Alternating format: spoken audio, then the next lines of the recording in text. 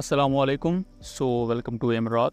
دوستو, recently reports emerge ہو رہی ہیں 7 مئی کے ایئر بیٹل کو لے کر, جہاں رافیل ایئر کرافٹ کی انگیجمنٹ کیپیبلٹی پر سوالات اٹھائے جا رہے ہیں.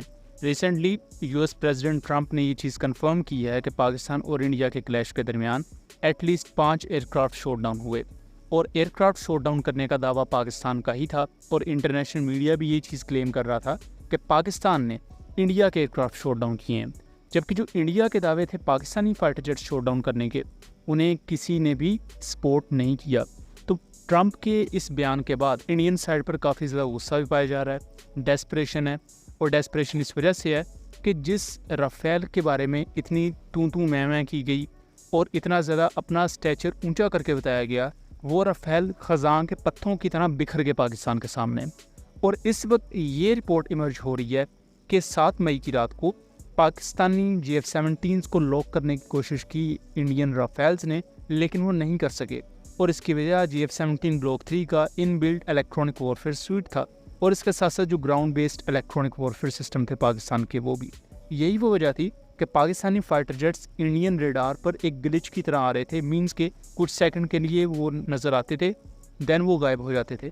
یہی وہ وجہ تھی کہ Indian pilots Pakistani fighter jets کو صحیح طریقے سے اپنے میزائلز پر لاک ہی نہیں کر پا رہے تھے. اور اگر جینوئنلی بات کی جائے تو GF-17 بلاک 3 کا RCS رافیل سے زیادہ ہے, تو ٹیکنیکلی رافیل GF-17 کو پہلے دیکھ سکتا ہے, لیکن اس کیپیبلٹی کے ہوتے ہوئے بھی کوئی بھی انڈیا کا رافیل ایک بھی GF-17 بلاک 3 کو لاک ہی نہیں کر پایا. اور یہ کلیم آ رہا ہے مختلف سیکیورٹی سورسز کی طرف سے, یہ کوئی کنفرم کلیم نہیں ہے پاکستان ایئر فورس یا انڈین ایئر فورس یا کسی بھی دوسرے ادارے کی طرف سے, رادر یہ ان نون سیکیورٹی سورسز ہیں جنہیں ہم ذرائع کہہ دیتے ہیں, وہاں سے یہ خبر آ رہی ہے. But recently Royal international air tattoo کے دوران ایک رائل ایئر فورس کے فائٹر پائلٹ نے GF-17 بلاک 3 کو لے کر اپنے ریویوز دیے.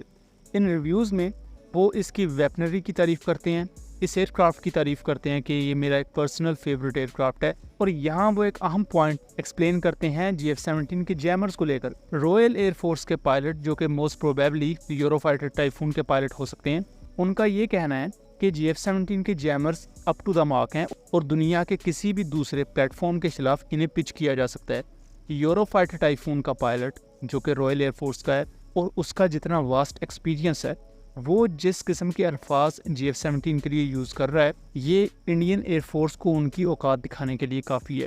اور اوقات کی بات کرنے والوں کے لیے یہ ویلیڈیشن کافی ہے کہ رائل ایئر فورس کا پائلٹ یہ بات کر رہا ہے, جس کا ایکسپوجر ایٹ لیسٹ ایک انڈین پائلٹ کی نسبت بہت زیادہ ہے.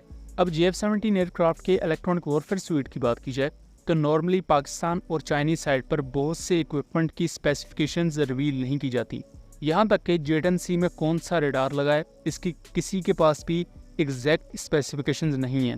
صرف اسپیکولیشنز ہیں کہ JTC کے ریڈار کی اتنی رینج ہو سکتی ہے, اس میں اتنے TR موڈیولز ہو سکتے ہیں, بٹ ایگزیکٹ اسپیسیفکیشنز کیا ہیں وہ کسی کو نہیں پتا. اس کے مقابلے میں اگر اسپیکٹرا الیکٹرانک وارفیئر سویٹ کو دیکھا جائے تو اس میں ملٹیپل کمپوننٹس ہیں, جس میں radar warning receiver, missile approach warning system, پھر انفرارڈ بیسڈ سینسرز جو کہ پیسو ڈیٹیکشن کا کام کرتے ہیں. سو یہ پراپر ایک کمپوننٹس پر بیسڈ الیکٹرانک وارفیئر سویٹ ہے جو دنیا کے بہترین الیکٹرانک وارفیئر اکوپمنٹ میں سے ایک سمجھا جاتا ہے. یہاں تک کہ اس کے بارے میں کلیم کیا جاتا ہے کہ اگر اس کو اس کے پورے پوٹینشیل پر یوز کیا جائے تو یہ کسی اسٹیلتھ ایئر کرافٹ کو بھی ٹکر دے سکتا ہے. بٹ جس طرح اس کو فیل ہوتے ہوئے دیکھا گیا ہے, اور وہ بھی ایک GF-17 بلاک 3 جیسے لائٹ کمبیٹ ایئر کرافٹ کے مقابلے میں, وہ بہت زیادہ کنسرننگ ہے. یہی وجہ ہے کہ انڈیا کی یوتھ اور انڈیا کے اپنے لوگ بھی اب رافیل کے خلاف بول رہے ہیں. یہ رافیل کا بتی بنا کے گھسڑیں گے ہم. ہمارے میڈیا چینل صرف بکواس بھیجتے ہیں. BBC TRT جیسے انٹرنیشنل میڈیا نے بھی دکھا دیا کیسے فیک فوٹیج چلائی تھی. 3 رافیل گر گئے, 20 نوجوانوں کا دیہانت ہو گیا, اور آپ میڈیا والے کہہ رہے ہو کہ مورل وکٹری مل گئی. GF-17 بلاک 3 کے بارے میں انڈین سائڈ پر مذاق یہ اڑایا جاتا تھا, یا اس سے پہلے ایون پوری دنیا میں ہی مذاق اس کانٹیکس میں اڑایا جاتا تھا کہ یہ ایک لائٹ کمبیٹ ایئر کرافٹ ہے, اس کا انجن چھوٹا ہے, اس کی تھرسٹ کم ہے, تو یہ پاسبل ہی نہیں ہے کہ یہ اتنی پاور پرووائڈ کرے کہ الیکٹرانک وارفیئر سسٹمز کو پراپر ان پٹ مل سکے اور الیکٹرانک وارفیئر سسٹم اپنے پوٹینشیل پر بہترین طریقے سے کام کر سکیں. اگر اس تھیوری کو دیکھا بھی جائے تو کیٹیگوریکلی GF-17 بلاک 3 کا الیکٹرانک وارفیئر سسٹم کچھ 19-20 کمزوریوں کے ساتھ آئے گا.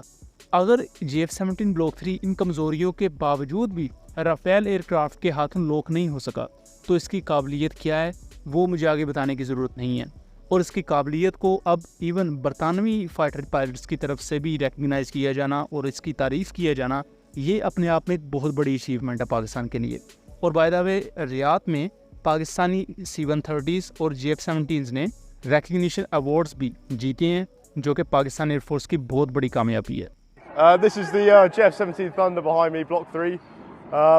One of my personal favourite aircraft, run by the Pakistan Air Force. Absolutely beautiful plane. The avionics suite on it especially is amazing. The heads-up displays, really nice big heads-up displays as well.